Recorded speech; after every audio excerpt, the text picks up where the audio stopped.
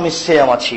আবু হুরায়রা রাদিয়াল্লাহু তাআলা আনহু বলেন, বাৎসরিক রিপোর্ট পেশ করা হয় শাবান মাসে। এক বছর আপনি কি নেকি করলেন, কি পাপ করলেন, তা বাৎসরিক রিপোর্ট শাবান মাসে পেশ করা হয়। এই কারণে তিনি শাবান মাসে বেশি বেশি সিয়াম পালন করতেন।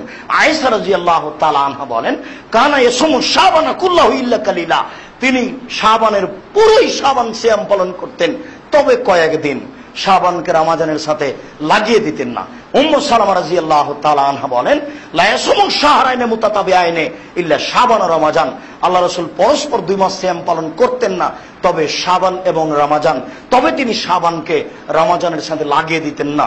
এসব বিবরণে বোঝা যায় যে শাবান মাসে বেশি বেশি সিয়াম পালন করতে হবে।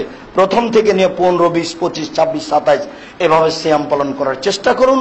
আজকে 4-5 পার হয়ে গেল, গেছে আজ রাত থেকে শাবান মাসের সিয়াম পালন করা আরম্ভ করা হোক, বেশ কিছুদিন পর্যন্ত করতে হবে। উল্লেখ্য যে 15 শাবানে রিপোর্ট পেশ করা হয়, এ কথা আমাদের নবী মুহাম্মদ সাল্লাল্লাহু আলাইহি ওয়াসাল্লামের জানা ছিল না। কিভাবে ভারত, বাংলাদেশ, পাকিস্তানের লোকেরা, আলেম ওলামা জেনে নিল সেদিন 15 শাবান। তাই তারা কলকারখানা, অফিস আদালত, কোর্ট কাচারি, শিক্ষা প্রতিষ্ঠান বন্ধ করে রাতে গোসল করে আতর গোলাপ মেখে দিনে সিয়াম থাকে। একবারে নগদ মিথ্যা কথা, এবারে মিথ্যা। 200 বানানো হাদিস আছে, দিন রাত আপনার চ্যানেলে দেখতে পাবেন, টিভিতে, যে 15 শাবানের ব্যাপারে বলা হচ্ছে। 15 শাবানে রিপোর্ট পেশ করা হয়, 15 শাবানে রুজি বন্টন হয়। ও ভ্যান চালক জনাব, রুজি যদি 15 শাবানে বন্টন হয়, তো তুমি সেদিন ভাগ নিয়ে সারা বছর করলে কোথায়? কই, তুমি তো ধনী হও না। এটা একবারে মিথ্যে, একেবারে মিথ্যে। হুজুরও মিথ্যে কথা বলছে, চ্যানেলও মিথ্যুক, একবারে নগদ মিথ্যুক। শাবান মাসে বেশি বেশি সিয়াম পালন করতে হবে। আর আরেকটা উল্লেখ্য, পৃথিবী সৃষ্টির 50,000 বছর পূর্বে আপনার রুজি নির্ধারণ হয়েছে। কি খাবেন আর কি করবেন। মানুষের মরণ যেমন মানুষকে ভুল করে না, মানুষের রুজি তেমন মানুষকে ভুল করবে না। দেখবেন একটা মানুষ কিছুই খায় না, মাস বেঁচে আছে, শুধুমাত্র একটু ফলের রস বা পানি মুখে দেয়, মাস বেঁচে আছে। কেন বলেন তো? রুজি শেষ হয়ে গেছে, হায়াত বাকি আছে। যতদিন হায়াত আছে না খেলেও তার 1 ঘন্টা আগে মরবে না। কাউকে দেখবেন যে মরণের সময় এত বেশি খাচ্ছে যে অতীতের সাথে কোনো সম্পর্কই নেই। কেন? সময় শেষ হয়ে গেছে কিন্তু রুজি বাকি আছে। একটা চাউল বাকি রেখে দুনিয়া থেকে যাবে না। 50,000 বছর পূর্বে এটা নির্ধারণ হয়েছে। ওই নির্ধারণ যেদিন মায়ের পেটে 4 মাস হয়েছে, সেদিন ফেরেশতাগণ এসে আবার সেটাকে সংশোধন করেছেন। সেটা ঠিক হয়েছে। 4 মাস যেদিন মায়ের পেটে, সেদিন 15 শাবান হলো কি করে? সাথে সাথে বাৎসরিক যেটা কল্যাণ পৃথিবীতে দেওয়া হয়, অকল্যাণ কল্যাণ পৃথিবীতে দেওয়া হয়, সেটা হচ্ছে লাইলাতুল কাদর রমজান মাসে। সেটা আবার 15 শাবান আসলো কি করে? আশ্চর্য। ফাতেমা কান দিয়ে কয়, আজ বুঝি হোসাইন কারবালাতে শহীদ হয়। আশ্চর্য, যেদিন ফাতেমা হোসাইন কারবালাতে শহীদ হচ্ছেন তার 49 বছর আগে ফাতেমা মারা গেছে। তো ফাতেমা কাঁদবেন কি করে?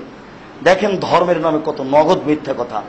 বেহেশতি জেওয়ারে লেখা আছে, স্বামী যদি হারিয়ে যায় তাহলে 90 বছর স্বামীকে খুঁজতে হবে। ধরে নেন যে 10 বছর বয়সে বিবাহ হয়েছে, 90 বছর খুঁজলো, তাহলে 100 বছর অপেক্ষা করলো, এখনো বিবাহ করবে কোথায়? 100 বছরের মহিলাকে কেউ বিবাহ করবে? ধর্মের কথা লিখতে হলে কি এইভাবে লিখতে হবে? রূপক কথা কি আর এইভাবেই লিখতে হয়? 15 শাবানকে আর এইভাবে মানতে হয়? সম্মানিত মসজিদের মুসল্লি, পুরুষ ও নারী, আপনারা সবাই সচেতন মানুষ, আপনাদেরকে অনুরোধ করে বলছি, বিষয়গুলি আপনারা সহিহ হাদিসে দেখে আমল করার চেষ্টা করুন।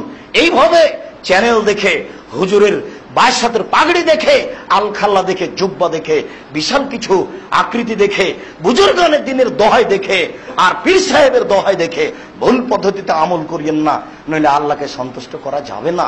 এটা হলো পাপের মাধ্যম।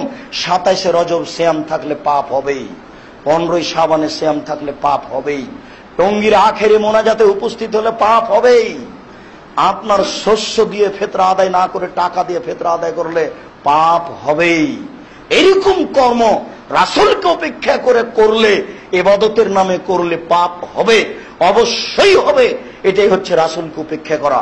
সম্মানিত মসজিদের মুসল্লি, আলোচনার শেষে এসে বলছি, আপনি নফল সিয়াম পালন করার চেষ্টা করুন। ইবাদতের জগতে ব্যতিক্রম ইবাদত হচ্ছে সিয়াম।